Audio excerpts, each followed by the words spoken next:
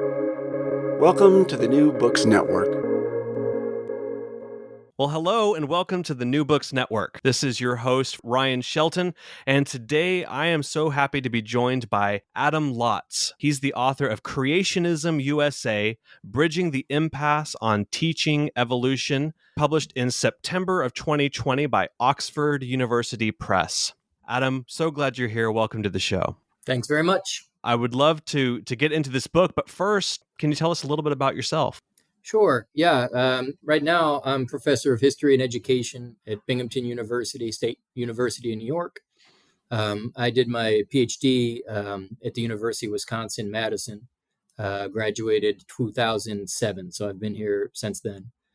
First part of my career, I was a middle school teacher, a high school teacher, and that's really what sort of drove me into the study of the history of educational culture wars and things like that.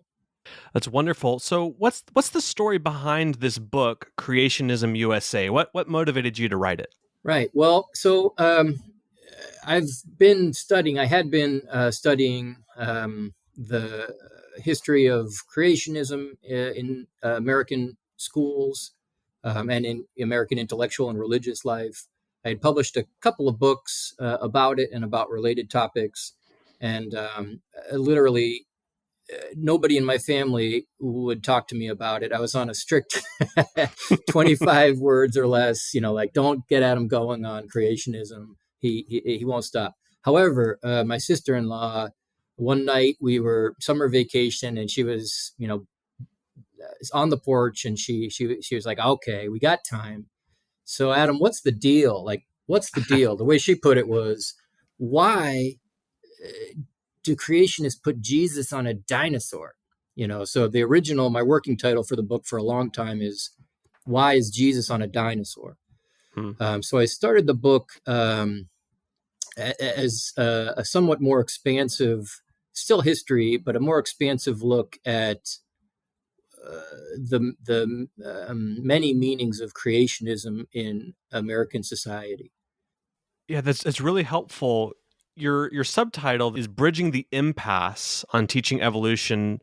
There's this theme in the book that there's these two sides that don't really understand each other very well. So maybe to get us into some of the big ideas in this book, what's one thing that you wish evolutionary theorists would know about creationists and vice versa? Yeah, it's a great one, and this is one of the puzzles for me when I got into answering my sister-in-law's question. How has it been? The fights that are happening about evolution, education, and creationism in 2022. In some ways, they're very different, but in some ways, they're strangely durable. Why are we? You still hear people say, "Why are we still fighting about this?" Almost 100 years after the Scopes trial in 1925. So I think the biggest one for me, addressing the not creationist side, or maybe the not radical creationist side, people who don't know much about the contours of American creationism. People like me, by the way, I grew up secular. I'm not religious. I'm not from any background like that. The thing that I think is most important to understand is that creationism doesn't happen because people haven't heard about evolution or evolutionary theory. So back in 2014, for example, Bill Nye, the science guy, he accepted a debate at the Creation Museum in Kentucky, the home of Answers in Genesis, one of the most prominent young Earth creationist organizations in the world right now. And his assumption, I think, is fair to say that Bill Nye could help by sort of spreading the word about evolution education, by letting people know how much evidence there is for mainstream evolutionary theory. And I think the background assumption is that a big part of creationism is that sort of people haven't heard about it yet. And I think that's false. I think if we start with that sort of deficit mindset of creationism, you'll always be playing catch up. If that were the case, 2022 would look a lot different. And to be fair, 1927 would look a lot different. If it was a question of spreading the facts about mainstream science, they've been spread. The facts are out there. Creationism, especially radical creationism that disputes mainstream science, they know a lot about evolutionary science. They just don't like it.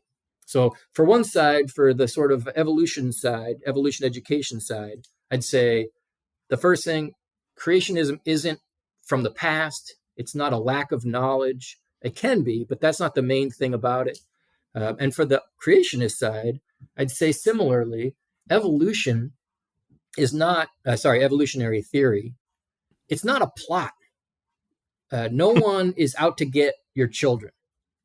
It sounds like I'm being flip, but really the a lot of anger from the radical creationist side isn't actually about the scientific ideas.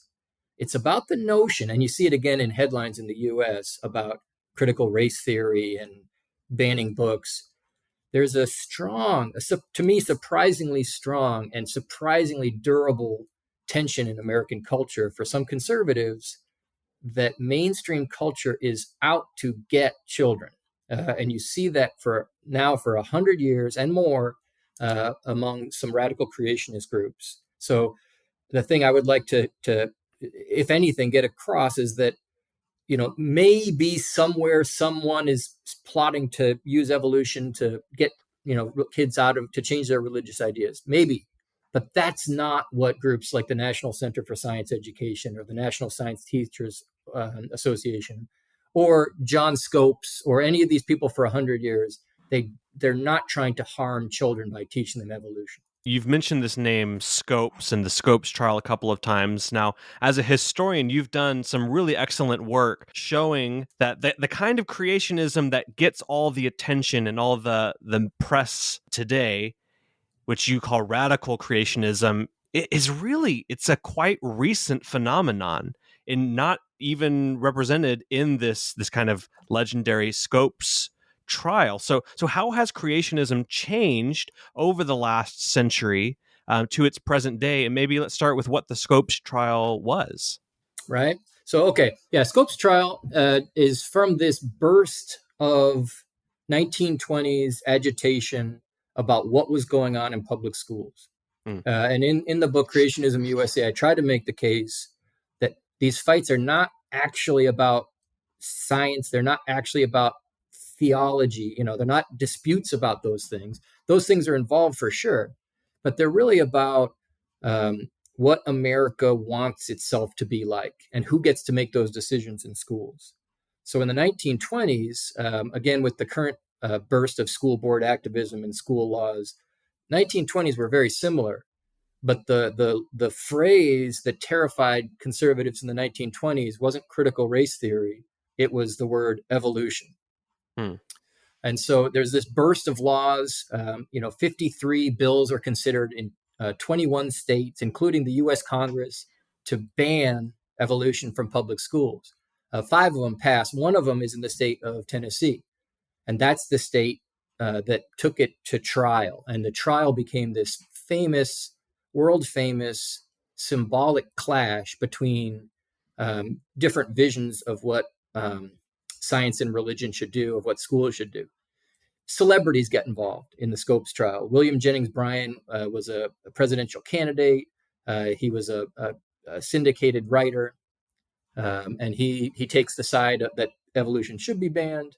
And Clarence Darrow is the sort of famous atheist lawyer. He takes the side that that the ban is no good. And so it becomes this symbolic fight about what schools should do, what schools should be teaching. Over time, though, the mainstream science becomes more and more advanced and more broadly accepted. In the 1920s, it was unclear how natural selection played a driving role in evolution. By the 1950s, it's no longer unclear. So in the 1950s, we have a new generation of what I call radical creationists who dispute an idea that is a scientific idea that is really no longer disputed among scientists, mainstream scientists. And so we have a new generation of creationist activism beginning in the 60s. My term, I wrestled long and hard with how to talk about different types of creationism. There's endless amount of types. Yeah. But the distinction that matters, to my mind, are creationists who dispute the central truths of mainstream science and try to do something about that in public. So those are the ones that I call radical creationists these days. One of the things that you mentioned, that even at the time of the Scopes trial, the most anti-evolutionary camp still thought that some of the things that are now common among young Earth creationists, they found that to be, in some cases, absurd. Could you talk a little bit about that? Yeah, for sure. So then the 1920s generation of anti-evolutionists, they didn't call it creationism yet, but we can, I'm sure that we'll, they can forgive us for a little bit of anachronism. Yeah. So in the 1920s generation, the biggest change was that a lot of those anti-evolutionists, not all of them, but a lot of them thought of themselves, assumed themselves to be the proper arbiters for American culture, especially religious culture. Hmm. So coming out of sort of America's Reformed tradition, Baptists, Presbyterians, Congregationalists, um, a lot of the leaders of these, the most prominent members, simply assumed that they were America's pastors often. So part of the shock, scientifically, they certainly never. So people like William Jennings Bryan, William Bell Riley in Minneapolis, they never accepted this sort of what has become common for radical creationists, which is a sort of outsider minority position. That Yeah. wasn't the case in the 1920s. It was a clear majoritarian position, assuming that they represented not just America's sort of civic religion and traditional civic religion, but also America's cutting edge science and America's morality. So people like William Jennings Bryan at the Scopes trial assumed they were speaking for mainstream science. They refused to believe that mainstream science could really adopt Darwinian, natural selection type evolution. And that is one of the biggest things that changed over the generations. By the Hmm. 1960s, there's another generational challenge for America's Protestant creationists, and we get another split in the 1950s, and that's where we get today's most prominent radical creationists, the young Earth crowd.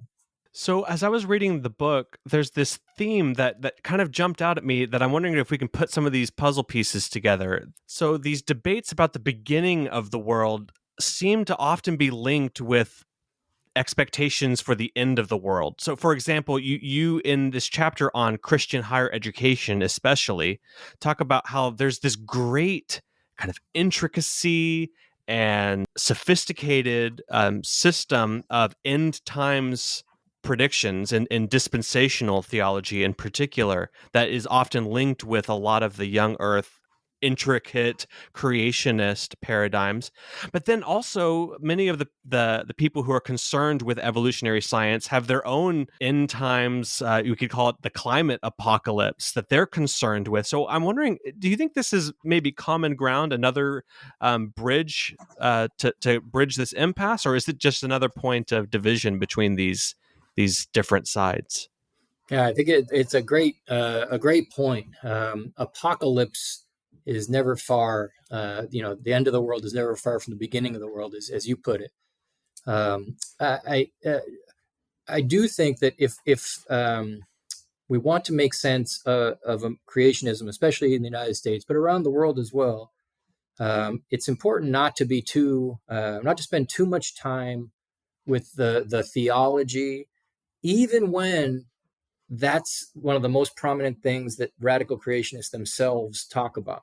Hmm. Um, but that doesn't mean it doesn't matter at all. It matters a lot, and I think it's if if the Bill Nyes of the world can agree that it's not just theology that inspires creationists, then the next step would be to say, but okay, they also need to understand some theological concerns that might be foreign to their background, as you mentioned, a Christian apocalyptic tradition, especially among what they call dispensational premillennialists. Yeah. It really is central to the institutionalization of radical creationism in the 20th century in the United States. Universities like Bob Jones University, or now the more famous Liberty University, they institutionalized that vision of the end as the central theological uniting factor for a ferociously Protestant movement that doesn't have a pope, it doesn't have catechisms to agree on, but it can agree in some ways on these religious ideas about the end. Now, is there hope if we all agree that things are going to end terribly? Or sorry, if we can all agree that things are going to end and it's going to be a mess, it might not be terrible depending on your point of view, but it's going to be a mess even if you're a Christian apocalypse student. It's going to be a mess. Now, if you're a secular or Christian climate apocalypticist, it's terrible. The world's going to end due to climate concerns. If we can all agree that the end is coming and it's going to be messy, does that mean we can find common ground? This isn't me saying it, but when you look at what today's American radical creationists say about it, the young earth type, like, for example, Answers in Genesis, we get a resounding no. Like a lot of religious ideas, when things seem to be coming from an outside perspective, when things seem to be similar, that's actually when you get the most ferocious fights. So a lot of the young earth creationists and Answers in Genesis is just the biggest one. They are the most vocal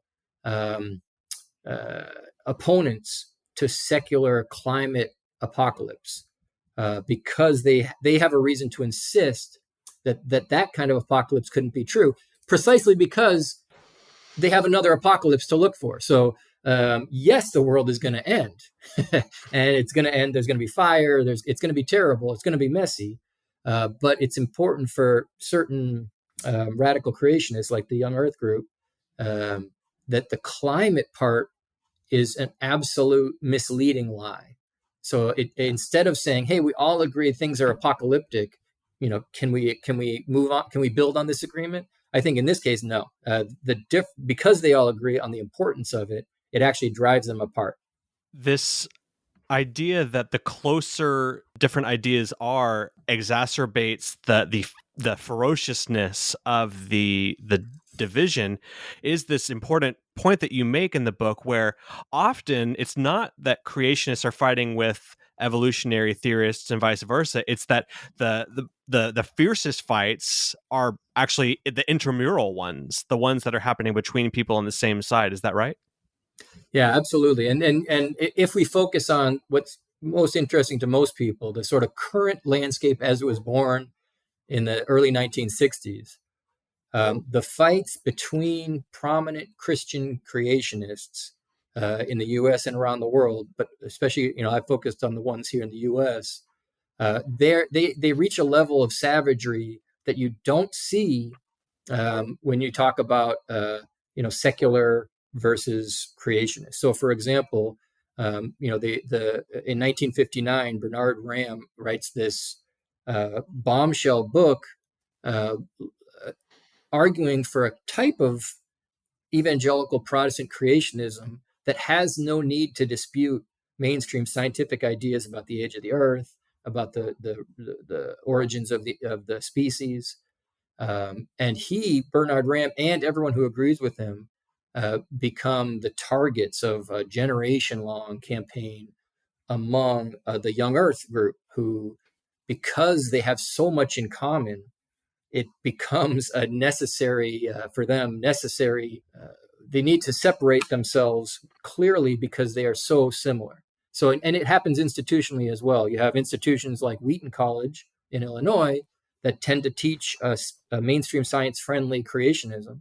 And then you have young earth colleges like Bob Jones in South Carolina that teach a young earth only. And those two institutions, by the end of the 20th century, like literal in the archives at Bob Jones Jr., it's a family business, wrote on the file, move Wheaton College from F, meaning friendly, to U, meaning unfriendly. Those conflicts are bitter. They're personal. It's like the family fight in which things get real nasty. Towards the end of your book, you make the claim that there's actually more common ground between most American creationists and most American adherents to evolutionary mainstream science, In fact, you've given 2 rules that you think it can help us bridge this impasse. What are those rules, and how do you think they can help us? Well, I think it's and with a nod to the fact to my friends who teach middle school science, and they say, "Laats, you crazy, you haven't had a seventh grader jump up out of his seat." As one of my friends teaching in Kentucky, seventh grader jumping up out of his seat in the 21st century when I mentioned the word evolution and shouting, I didn't come from a monkey. Like, okay, I get that realities on the ground are tricky and hot and heated and angry sometimes. Okay, I get that. But taking the comfortable my university office perspective, we see from poll after poll and sensitive, surveying of the American populace, most Americans, even ones who by any fair definition are creationists, they want their children to learn evolutionary theory. The key word, they want their children to learn about evolutionary theory. That's something that huge majorities, not everybody, but huge majorities of Americans can agree on. So thing number one, Americans want our children to learn about evolutionary theory. Thing number one. Thing number two, on either side, or I guess it's fair to say all sides, nobody wants public schools to be cramming religious ideas down children's throats at all.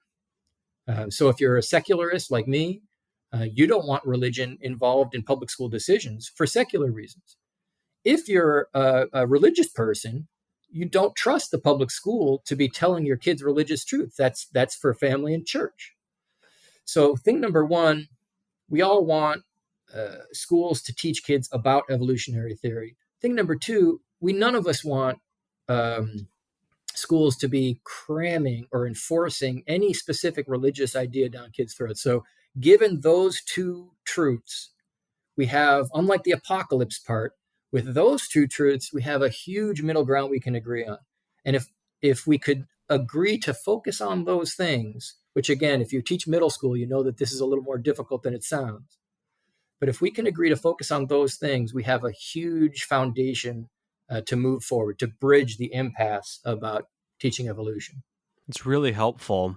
As we kind of move towards a close here, I wonder who would you hope might pick up a copy of Creationism USA, and what do you hope will be the impact of this book that you've been working on and is now available to us? Right. Well, I would love for people like my sister-in-law who are American, kind of religious, but not really, it's not a main part of their identity as they understand it.